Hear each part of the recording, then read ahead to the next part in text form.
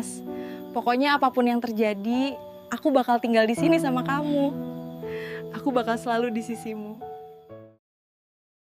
Tekadnya sudah bulat. Meskipun Alia tahu, keputusannya ini bakal ditentang keluarganya di Riyadh, Arab Saudi, namun kenyamanan dan kehangatan yang diberikan oleh Raka membuat Alia rela meninggalkan kehidupannya demi bersama dengan seorang pria sederhana penjual tempe di Yogyakarta. Bagaimanakah perjalanan cinta mereka? Mari ikuti bersama. Duduklah yang nyaman, siapkan hati, dan mari tenggelam dalam sebuah cerita yang penuh makna.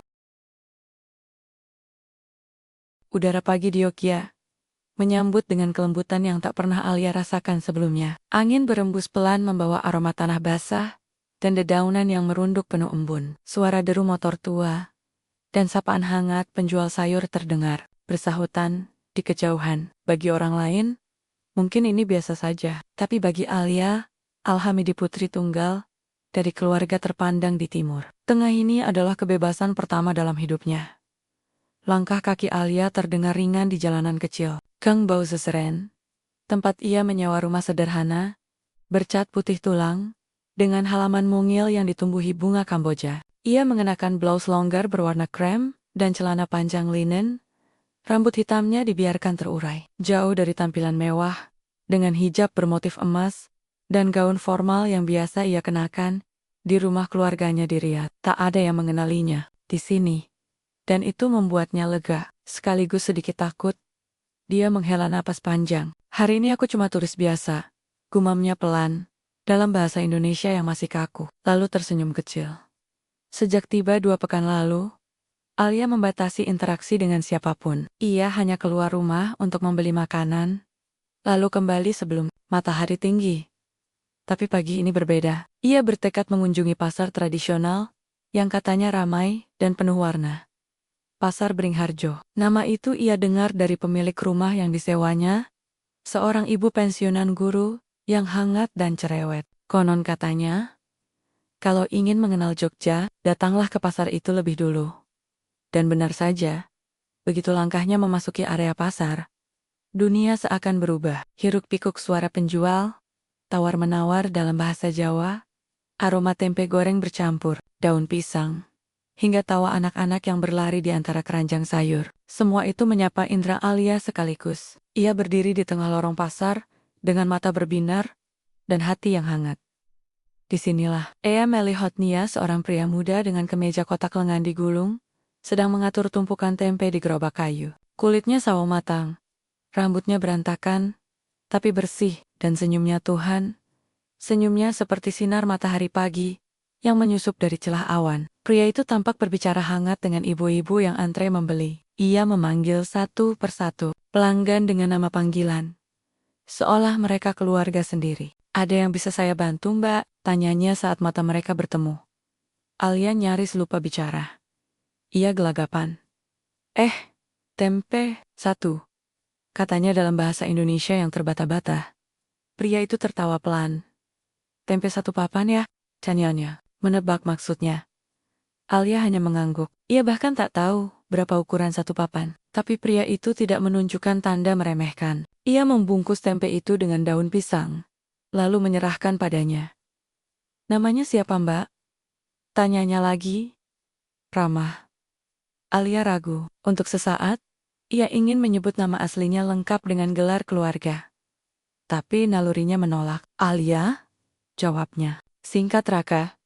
Pria itu memperkenalkan diri, sambil mengulurkan tangan. Tangannya kasar, hangat, dan jujur. Sejak hari itu, Alia selalu kembali ke pasar, bukan karena tempe yang dijual, Raka lebih enak dari yang lain, tapi karena percakapan mereka yang sederhana dan menenangkan. Raka tidak pernah bertanya, dari mana ia berasal. Tidak pernah memandangnya dari atas ke bawah, apalagi membicarakan soal uang. Dia hanya menjadi dirinya sendiri. Kenapa Mbak Alia selalu beli tempe setiap hari? Masak tempe tiap hari. Bosan nggak? Tanya Raka suatu pagi, sambil menata barang dagangannya. Alia terkekeh, lalu pura-pura berpikir. Tempe bacon. Pintar, katanya. Jawabnya dengan logat asing yang lucu. Raka tertawa lepas. Kalau begitu, saya yang tiap hari makan tempe, harusnya udah jadi profesor dong. Mereka tertawa bersama. Ringan, tanpa beban. Bagi Alia, perasaan ini asing. Tapi membebaskan. Tak ada tuntutan untuk tampil sempurna. Tak ada orang yang membicarakan reputasi keluarganya. Tak ada perjodohan. Tak ada pesta dengan pria yang hanya mengincar status. Di Jogja, ia bisa menjadi dirinya sendiri. Namun, di balik semua tawa dan kehangatan pasar, Alia menyimpan rahasia yang tidak bisa ia sembunyikan selamanya. Ia tahu hari itu akan datang, tapi tidak sekarang. Untuk saat ini, ia hanya ingin menikmati sinar matahari pagi, aroma tempe hangat, dan senyum seorang pria yang membuat Jogja terasa seperti rumah. Hari-hari berlalu dengan cepat. Namun bagi Alia, waktu seakan melambat, setiap kali kakinya menapaki lorong-lorong pasar. Rutinitas barunya terasa seperti mimpi. Bangun pagi, menyapu halaman kecil, menyeduh teh melati hangat, lalu berjalan menuju pasar dengan langkah ringan dan hati yang penuh debar. Setiap pagi, Raka sudah berdiri di balik gerobak kayunya. Senyum khasnya yang, entah sejak kapan, selalu dinanti. Alia menyambut dengan kehangatan yang tak pernah ia temukan di dunia lamanya. Dunia yang penuh topeng dan basa-basi. Penuh aturan yang tak memberi ruang untuk sekadar menjadi diri sendiri. Pagi ini, tempenya spesial. Loh, sapa Raka suatu hari, sambil mengangkat sebongkah tempe berwarna keemasan dari dalam wadah. Alia tertawa. Spesial karena apa? Ada keju di dalamnya? Bukan. Karena saya buat sambil mikirin seseorang, jawabnya, sambil mengedipkan mata. Pipi Alia memerah. Tapi ia cepat-cepat menunduk. Wah, semoga bukan saya ya. Bisa-bisa rasanya jadi asin. Raka tertawa.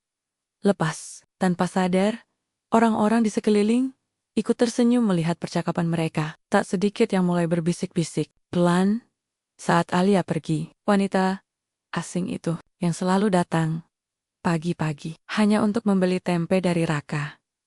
Namun gosip tak cukup tajam untuk menembus tembok bahagia yang mulai dibangun Alia dalam diam. Suatu siang, ketika pasar mulai sepi dan Raka sedang merapikan barang dagangan, Alia datang tanpa membawa tas belanja seperti biasanya. Loh, Mbak Alia nggak beli tempe hari ini? Tanya Raka, heran. Alia menggeleng. Aku mau belajar bikin, katanya pelan. Kalau Raka tidak keberatan, tatapan Raka berubah. Kali ini, lebih serius. Ia diam sejenak, lalu meletakkan keranjang di tangannya. Beneran mau belajar bikin tempe? Tanyanya lagi, seolah memastikan. Alia mengangguk.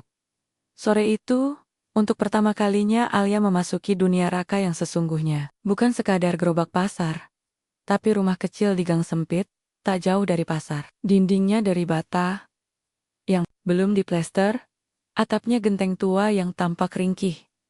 Namun, suasananya hangat. Ada tanaman cabai di pot bekas cat.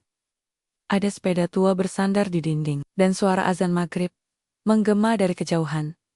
Raka menunjukkan cara merendam kedelai, mengupas kulitnya, menjemur, mencampur ragi, dan membungkus dengan daun pisang. Tangannya cekatan.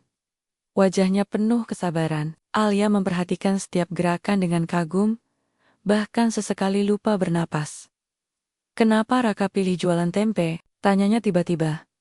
Raka menoleh. Karena tempe itu jujur, jawabnya. Alia mengerutkan dahi. Maksudnya, tempe gak pernah mencoba jadi yang lain. Dari awal sampai akhir, dia tetap dirinya sendiri. Gak ada bumbu penyedap, gak ada pemanis buatan. Tapi tetap enak, tetap dibutuhkan. Bahkan orang kaya pun makan tempe. Alia terdiam. Jawaban itu sederhana, tapi menghantam hatinya dengan kuat. Karena itulah yang selama ini ia cari kejujuran. Dalam hidup, dalam cinta, dalam dirinya sendiri. Hari-hari berikutnya, hubungan mereka semakin akrab. Alia mulai akrab dengan ibu-ibu. Di pasar, ia ikut membantu Raka membungkus tempe. Bahkan belajar memasarkannya ke waring-waring sekitar. Dalam balutan pakaian sederhana dan rambut yang diikat seadanya, ia menyatu dengan kehidupan yang dulu tak pernah terbayangkan olehnya. Namun, di balik kehangatan itu, kegelisahan mulai tumbuh. Setiap malam, Alia menatap ponselnya dengan perasaan. Camper Duck. Ada puluhan pesan dari keluarga yang tak ia balas. Ada panggilan tak terjawab dari sang kakak. Ia tahu, waktu kebebasannya semakin sempit. Dunia lamanya pasti akan menyusul. Suatu malam, Alia duduk di halaman rumah sewaannya, memandangi bintang-bintang yang bertaburan di langit Jogja. Di tangannya, ponsel menyala dengan satu pesan yang baru masuk. Waktumu habis, Alia, ayah akan segera menyusulmu. Tangannya gemetar. Nafasnya tercekat, namun saat itu juga, ia teringat wajah Raka. Senyumnya, tawa ringannya, dan kata-kata tentang tempe yang jujur. Alia menggenggam ponsel itu erat. Dalam hatinya, sebuah keputusan perlahan tumbuh. Ia tidak tahu bagaimana akhir dari semua ini. Tapi untuk pertama kalinya, dalam hidupnya, ia ingin memperjuangkan sesuatu, bukan karena nama keluarga, bukan karena gelar, tapi karena hatinya.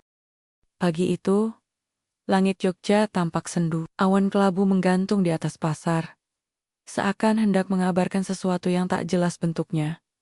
Namun bagi Alia, langit tak pernah seindah hari ini. Di tangannya, terdapat selembar daun pisang berisi tempe yang masih hangat. Ia memeluknya dengan kedua tangan, seolah benda sederhana itu mampu menjaga hatinya tetap utuh. Setiap langkah menuju pasar, kini terasa seperti perjalanan, menuju sesuatu yang lebih besar dari sekadar belanja. Ada debar yang menari di dada. Senyum yang tak bisa ia tahan. Dan semua itu karena satu nama, Raka. Namun semakin kuat perasaan itu tumbuh, semakin besar pula ketakutan dalam hatinya. Ia belum pernah merasa sebebas ini, tapi ia juga belum pernah berbohong selama ini. Alia masih menyembunyikan siapa dirinya sebenarnya, bahwa ia bukan hanya seorang turis yang ingin menetap sejenak. Ia adalah putri dari keluarga Al-Hamidi, nama besar di dunia perminyakan dan diplomasi Arab. Di negaranya, ia dikenal sebagai lambang kehormatan keluarga. Di Jogja, ia hanya Alia, wanita biasa yang jatuh cinta pada penjual tempe. Tumben datang lebih siang. Mbak Alia, sapa Raka sambil menyeka keringat di dahinya. Saya kira hari ini nggak mampir. Alia tersenyum, berusaha menyembunyikan kegelisahan di balik wajah tenangnya. Saya bangun kesiangan, jawabnya pelan. Raka menatapnya sejenak, lalu mengangguk. Capek ya? Bukan capek badan, capek hati. Kata itu meluncur begitu saja. Raka diam, lalu menyandarkan tubuhnya ke gerobak dagangannya. Kalau hati mulai lelah, biasanya tandanya ada yang disimpan terlalu lama. Alia menanduk. Ia tak ingin menjawab, tapi tatapan Raka terlalu tulus untuk diabaikan. Raka pernah nyimpen rahasia? Tanyanya kemudian. Raka tertawa pendek. Pernah. Tapi akhirnya ketahuan juga. Dan rasanya nggak enak. Apalagi kalau rahasia itu bikin orang yang kita sayangi jadi kecewa. Alia terdiam lama. Lalu tiba-tiba, sekelompok ibu-ibu datang, menghampiri gerobak Raka sambil membawa kabar yang membuat suasana berubah. Ra, kamu itu loh, hati-hati, jangan gampang jatuh cinta sama bule. Celetuk salah satu dari mereka dengan tawa yang ditahan. Iya, yang cantik belum tentu jujur loh, takutnya cuman main-main aja sama kamu. Timpal yang lain. Alia membeku. Lenyap, wajahnya terasa panas, tapi Raka hanya tersenyum ringan lalu main jawab. Kalau orang itu benar dan tulus, dia akan tinggal. Kalau dia cuma main-main, pasar ini gak akan kehilangan siapa-siapa. Jawaban itu menenangkan, tapi juga menohok. Alia tahu, cepat atau lambat, kebenaran harus muncul. Tapi, ia belum siap. Ia takut kehilangan satu-satunya tempat yang membuatnya merasa berarti. Sore harinya, Alia mengundang Raka makan malam di rumah kontrakannya. Sebuah langkah yang sudah lama ia pikirkan. Tapi baru kali ini ia berani melakukannya. Ia memasak tempe, bacem dan sambal terasi 2, menu yang ia pelajari dari tetangga. Seberang rumah, Raka datang dengan baju bersih dan senyum yang tak kalah manis. Mereka makan di teras, ditemani lampu gantung temaram dan suara jangkrik yang bersahutan di kejauhan. Ini enak banget Mbak Alia, puji Raka sambil mengunyah pelan. Nggak nyangka, kamu bisa masak begini. Alia menatapnya lekat-lekat, hatinya semakin berat. Raka, kalau suatu hari kamu tahu aku bohong soal siapa aku sebenarnya, kamu bakal marah. Raka terdiam. Ia menaruh sendoknya perlahan. Selama kebohongan itu bukan untuk menyakiti, aku mungkin akan kecewa, tapi tidak akan benci, jawabnya. Kata-kata itu seperti angin yang meniup api dalam dada Alia. Hangat, tapi menyakitkan. Ia ingin jujur malam itu juga, ingin mengatakan semuanya, tentang keluarganya, gelar kebangsawanannya, tentang lamaran pria kaya dari Qatar, yang tengah menunggunya pulang. Tapi, mulutnya terkunci, keberaniannya tak cukup kuat. Alia hanya bisa menunduk dan membiarkan malam berlalu dalam diam. Malam itu, Raka duduk di atas sepeda tuanya, melintasi jalan kecil yang sepi. Di dadanya, ada perasaan yang aneh, antara kagum, sayang, dan curiga. Ia bukan pria bodoh, ia tahu. Alia bukan sekadar turis asing biasa. Terlalu banyak hal yang tak sesuai. Cara bicaranya yang sopan, tapi terlatih. Perhiasan mahal yang kadang lupa ia lepas. Dan cara memandang sekeliling, seolah menyimpan cerita panjang. Tapi, Raka juga tahu, satu hal ia menyukai Alia. Bahkan mungkin, lebih dari sekadar suka. Sementara itu, di kamarnya, Alia menatap cermin. Berapa lama lagi aku bisa sembunyi, bisiknya pelan. Hari-hari berikutnya, bayangan rahasia itu semakin membebani langkah mereka berdua. Tapi anehnya, cinta justru tumbuh di sela-sela ketakutan itu. Tatapan mereka lebih dalam, percakapan mereka lebih lambat, lebih berarti. Sentuhan kecil di tangan terasa seperti getaran yang tak bisa dijelaskan. Namun langit Jogja perlahan berubah. Awan mulai menggumpal di kejauhan, membawa tanda bahwa badai akan segera datang. Dan ketika cinta bertumbuh di atas kebohongan, bisakah ia bertahan saat angin kebenaran akhirnya berhembus? Hujan turun sejak pagi. Langit Yogyakarta mendung, seolah tahu bahwa hari ini sesuatu akan berubah. Pasar Beringharjo yang biasanya riuh tampak lebih sepi. Gerimis menempel di dedaunan, menyisakan aroma tanah basah yang menguar ke udara. Raka menata tempe di gerobaknya dengan tenang, tapi sorot matanya gelisah. Sudah 3 hari Alia tak muncul. Tak ada pesan, tak ada kabar, tak ada tanda. Sementara itu, di sebuah hotel berbintang, di kawasan Malioboro, Alia berdiri mematung di depan jendela. Besar, gaun hitam panjang, membalut tubuhnya. Rambutnya digelung rapi, wajahnya pucat, tak memakai riasan. Di belainya, terdengar suara ayahnya Syekh Abdul Rahman Al-Hamidi, sedang berbicara dengan nada tajam lewat telepon dalam bahasa Arab. Ia akan pulang. Mau atau tidak, kita tak butuh alasan. Alia mengepalkan tangan. Ia ingin berteriak, ingin lari. Tapi tubuhnya membeku. Kedatangan ayah dan kakaknya Faris benar-benar tak ia sangka. Mereka muncul tiba-tiba 2 hari lalu. Menyusul setelah menemukan keberadaannya melalui pelacakan paspor dan kartu kredit. Dan sejak saat itu, dunianya yang bebas dan ringan kembali terkunci. Ia tak diizinkan ke pasar, tak boleh keluar sendiri, bahkan ponselnya disita. 1 bulan cukup bermain di dunia orang biasa. Alia, ujar Faris semalam, dengan sorot mata dingin. Sekarang waktunya kembali ke dunia nyata. Perjodohan dengan putra keluarga Rashid sudah ditetapkan. Harga diri, keluarga tak boleh ternoda. Ternoda, this is Alia. Getir, karena aku mencintai seseorang yang bukan dari kalangan kita. Faris mendekat. Karena kau jatuh cinta pada penjual tempe yang tak punya apa-apa. Di pasar, Raka merasa ada yang salah. Sejak awal ia tahu, Alia menyimpan sesuatu. Tapi ia tak pernah membayangkan bahwa ketidakhadirannya akan membuat dunia terasa kosong.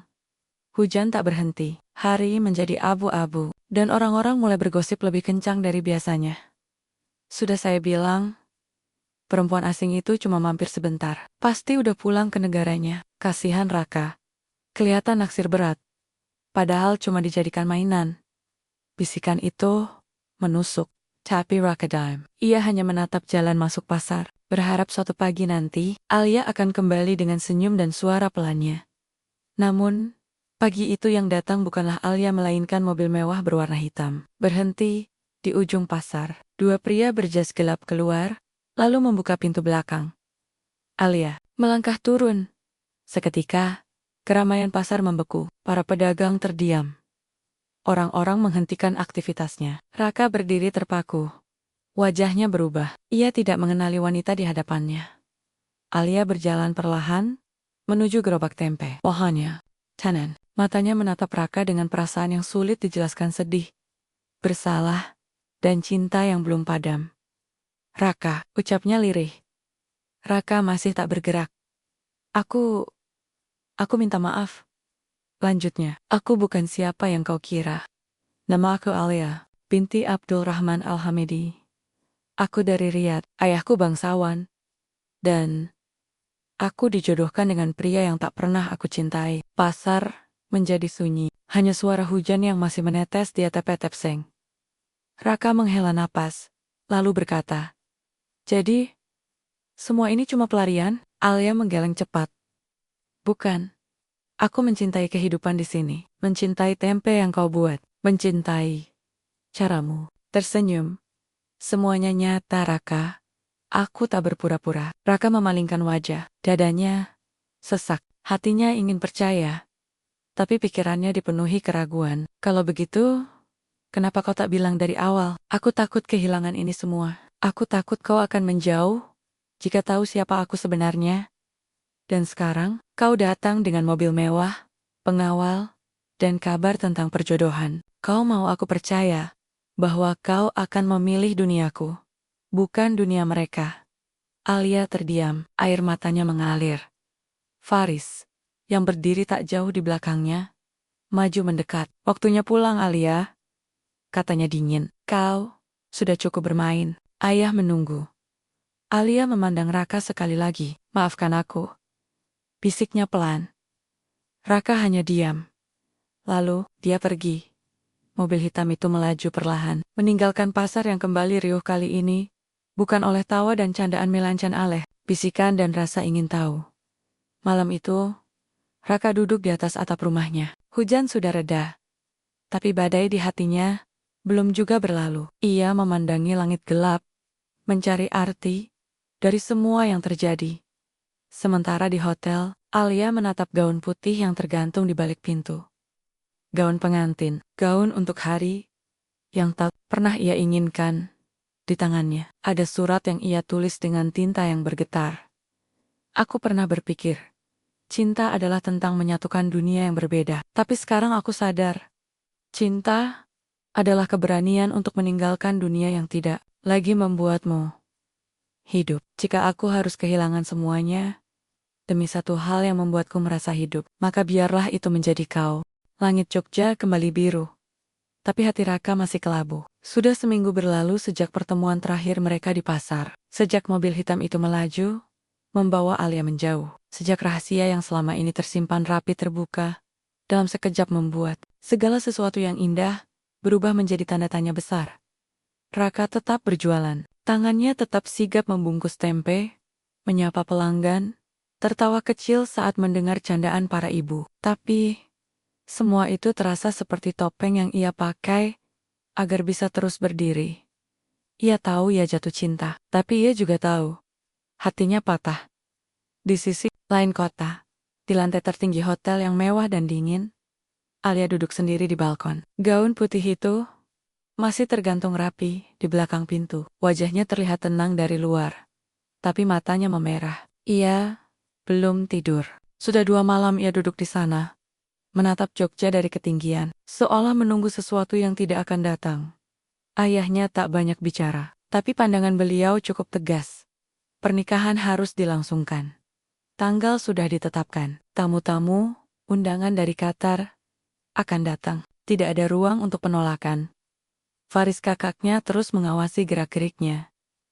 Ia tak diperbolehkan keluar sendiri. Ponselnya kembali disita. Ia hanya boleh berbicara dengan keluarga, tidak dengan siapapun di luar itu.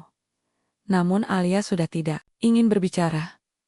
Karena yang ingin ia katakan hanya bisa didengar oleh satu orang. Raka. Malam ketiga, Alia memberanikan diri keluar dari kamar. Ia memanjat pagar balkon, ke balkon kamar sebelah, lalu mengetuk pintu darurat, menuju tangga. Nafasnya terengah, tapi tekadnya bulat. Ia menyelinap keluar dari hotel dengan selembar kerudung hitam, dan jaket lusuh yang sempat ia simpan diam-diam. Dengan uang sisa di sakunya, ia menyewa ojek menuju pasar. Malam sudah larut, pasar sepi, tapi ia tahu, Raka belum pulang. Dan benar saja, di gerobak kayu yang setengah ditutup terpal, Raka sedang duduk sendiri. Di tangannya, secangkir kopi, di hadapannya, tumpukan tempe yang tak sempat terjual. Alia mendekat perlahan. Raka.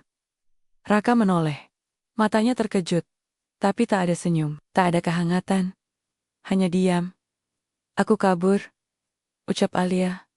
Pelan, aku kabur dari mereka, dari hotel, dari ayahku. Aku datang karena aku nggak bisa lagi pura-pura kuat tanpa kamu. Raka menghela napas panjang. Lalu setelah ini, mereka akan datang lagi menjemputmu. Dan aku harus nonton semuanya. Untuk kedua kali, aku tidak akan pergi lagi. Jawab Alia. Suaranya gemetar. Aku sudah bicara pada ayahku. Aku bilang, aku tidak akan menikah dengan siapapun, kecuali pria yang kupilih sendiri. Dan pilihan itu, kamu Raka. Tapi, aku cuma penjual tempe. Suara Raka pecah. Aku tidak punya apa-apa. Tidak punya gelar. Tidak punya uang. Cedak. Bisa memberimu rumah mewah? Atau hidup glamor? Alia main dekat. Ia duduk di sebelahnya. Lalu menggenggam tangannya yang kasar. Aku nggak butuh kemewahan. Aku butuh kejujuran, kebaikan, dan hati yang bisa membuatku merasa pulang. Dan kamu sudah memberiku itu. Tanpa pernah memintanya kembali, Raka menandok, wajahnya menegang, matanya berembun. Kenapa kamu pilih dunia ini, Alia? Karena dunia lamaku penuh kepalsuan, dan dunia bersamamu, meskipun sederhana, selalu membuatku merasa hidup. Hari berikutnya, seluruh hotel gempar. Syekh Abdul Rahman Al-Hamidi murka. Faris memerintahkan pencarian ke seluruh kota, tapi Alia tidak ditemukan. Ia telah berpindah ke rumah ibu pensiunan tempat ia tinggal dulu. Menyewa ulang kamar kecil di belakang rumah, menyembunyikan diri dalam kesunyian, sambil menunggu keputusan ayahnya. Sore harinya, sebuah mobil hitam berhenti di depan rumah kontrakan itu. Faris turun, bersama dua pengawal pribadi, namun kali ini, bukan untuk menjemput paksa. Faris berdiri di depan Alia yang duduk tenang di beranda. Ayah bilang, kau sudah dewasa, kalau kau tetap memilih hidup seperti ini, maka jangan kembali. Alia tidak terkejut, ia hanya menunduk. Aku memang tidak ingin kembali, kau tahu. Keputusanmu akan menghapus hak warismu. Nama segalanya. Alia mengangguk. Aku memilih mencintai, daripada mewarisi. Faris menatapnya lama. Ada kekecewaan di matanya, tapi juga ketakjuban yang sulit disembunyikan. Semoga kau tidak menyesal, katanya. Sebelum pergi, sore itu, Raka datang ke rumah dengan wajah bingung. Kamu serius? Serius, kamu rela meninggalkan semuanya? Harta, gelar, kehidupan, bangsawan. Alia tersenyum. Untuk hidup di Jogja, masak tempe tiap hari, dan tertawa bersamamu di teras rumah kecil? Ya, aku rela. Raka tak bisa menahan lagi. Ia memeluk Alia. Untuk pertama kalinya. Di bawah langit senja yang indah. Tanpa kata-kata. Hanya dua hati yang akhirnya memilih untuk tidak saling melepaskan lagi. Pagi di Jogja kembali hangat. Aroma tanah yang terkena embun malam menguar pelan. Menyelinap lewat jendela rumah kontrakan sederhana, tempat Alia kini tinggal. Tak ada lagi penjaga. Tak ada lagi pengawal. Tak ada gaun mahal atau riasan wajah. Di balik baju rumahan yang longgar dan rambut yang dikuncir seadanya, Alia duduk di dapur kecil. Mengiris bawang untuk lauk sarapan di teras. Raka sedang menata beberapa papan tempe yang baru jadi. Ia meletakkannya dengan hati-hati, lalu tersenyum. Saat melihat Alia mengintip dari balik pintu, bau bawangnya sampai sini, godanya. Alia cemberut manja. Kalau kamu bisa bikin tempe, masa aku nggak boleh bisa bikin oseng-oseng? Raka tertawa. Senyum mereka saling menyambut. Seperti dua musim yang akhirnya bertemu. Hari itu, Alia dan Raka pergi ke kantor kelurahan untuk mengurus dokumen pernikahan. Tak ada pesta mewah, Tak ada gaun pengantin berharga jutaan, hanya mereka berdua dan beberapa warga pasar yang menjadi saksi. Bu Sumarni penjual daun pisang yang cerewet, bahkan menjadi saksi perempuan karena sudah dari dulu ngejodohin mereka di dalam hati. Pernikahan dilangsungkan di halaman rumah. Kursi plastik berjejer rapi. Warga pasar datang membawa makanan buatan sendiri. Ada nasi gurih, tahu bacem, kolak pisang, dan tumpeng sederhana. Alia mengenakan kebaya putih sederhana, rambutnya disanggul rapi, dan seutas melati tergantung manis di sisi kiri. Raka mengenakan baju lurik dan belangkon yang dipinjamkan dari tetangganya. Tidak ada dekorasi megah, tapi senyuman dan tawa para tamu cukup membuat hari itu terasa istimewa. Di tengah acara, Bu Sumarni mencolek lengan Alia. Kamu anak Arab pertama yang suka makan tempe. Luar biasa kamu, Nduk. Alia tertawa, karena tempe buatan Raka rasanya lebih dari sekadar makanan. Seseorang nyeletuk. Iya, rasa cinta, Bu. Semuanya tertawa. Ringan, bahagia. Beberapa bulan berlalu. Alia mulai membuka warung kecil di depan rumah mereka. Bukan warung mewah, hanya meja kayu dengan payung kain. Di situ, ia menjual makanan olahan tempe. Tempe bacem, tempe mendoan, sambal tempe, hingga kue brownies tempe, hasil eksperimen isengnya. Warung itu ramai, bukan hanya karena rasanya enak, tapi karena banyak yang penasaran. Penjual tempe, cantik dari Arab. Anak-anak kecil sering mampir. Mereka suka mendengarkan Alia bercerita tentang gurun pasir, unta, dan pasar-pasar rempah di Riyadh. Tapi mereka lebih suka saat Alia menjelaskan cara membuat tempe yang benar-benar Arab Jogja. Raka masih berjualan seperti biasa. Tapi sekarang, setiap pagi sebelum ke pasar, ia selalu mencium kening Alia dan berkata, "Titip Jogja?" Ya, namun hidup sederhana tak selalu mudah. Gosip tak sepenuhnya hilang. Ada saja yang mencibir di belakang, mengatakan bahwa Alia hanya bermain-main dengan kehidupan desa. Tapi Alia sudah bukan wanita yang sama seperti saat ia tiba pertama kali di Jogja. Ia tak membalas dengan amarah. Ia membalas dengan kerja keras. Ia menyapa semua orang. Ia ikut kerja bakti. Ia duduk di pos ronda. Ia memasak untuk warga saat ada yang berduka. Dan pelan-pelan, bisik-bisik berubah menjadi tepukan di bahu, lalu menjadi doa. Sampai pada suatu hari, ketika seorang pria tua duduk di warungnya dan berkata, "Enduk, kau bukan hanya milik Raka, sekarang kau juga milik kami. Kau bagian dari kampung ini." Alia menahan air mata, hatinya penuh. Di suatu sore yang sejuk, Alia dan Raka duduk di bukit kecil, memandang matahari yang perlahan tenggelam di balik cakrawala. Di bawah mereka, terlihat kota Jogja yang temaram. Lampu-lampu mulai menyala satu persatu. Raka menggenggam tangan Alia. "Kamu pernah nyesel?" Alia menoleh. "Ninggalin dunia lama?" Raka mengangguk. Alia tersenyum lembut. "Enggak. Aku enggak kehilangan apapun. Justru aku merasa baru kali ini aku benar-benar hidup." Angin berembus pelan. Dedaunan bergoyang lembut. Di langit, burung-burung terbang kembali ke sarangnya. "Jogja memberiku kamu," lanjut Alia. "Dan kamu memberiku rumah yang sebenarnya bukan bangunan megah, tapi tempat di mana aku merasa cukup, dicintai, dan diterima." Raka menarik napas panjang. "Aku juga." Kamu datang seperti angin. Lembut, tapi mengubah semuanya. Mereka tertawa. Di atas bukit itu, di bawah langit yang perlahan berganti malam, dua hati yang berbeda dunia akhirnya bersatu. Bukan karena takdir, tapi karena keberanian memilih. Karena pada akhirnya, langit itu bukan milik siapa-siapa. Langit itu untuk siapa saja yang berani tinggal dan mencintai. Dangan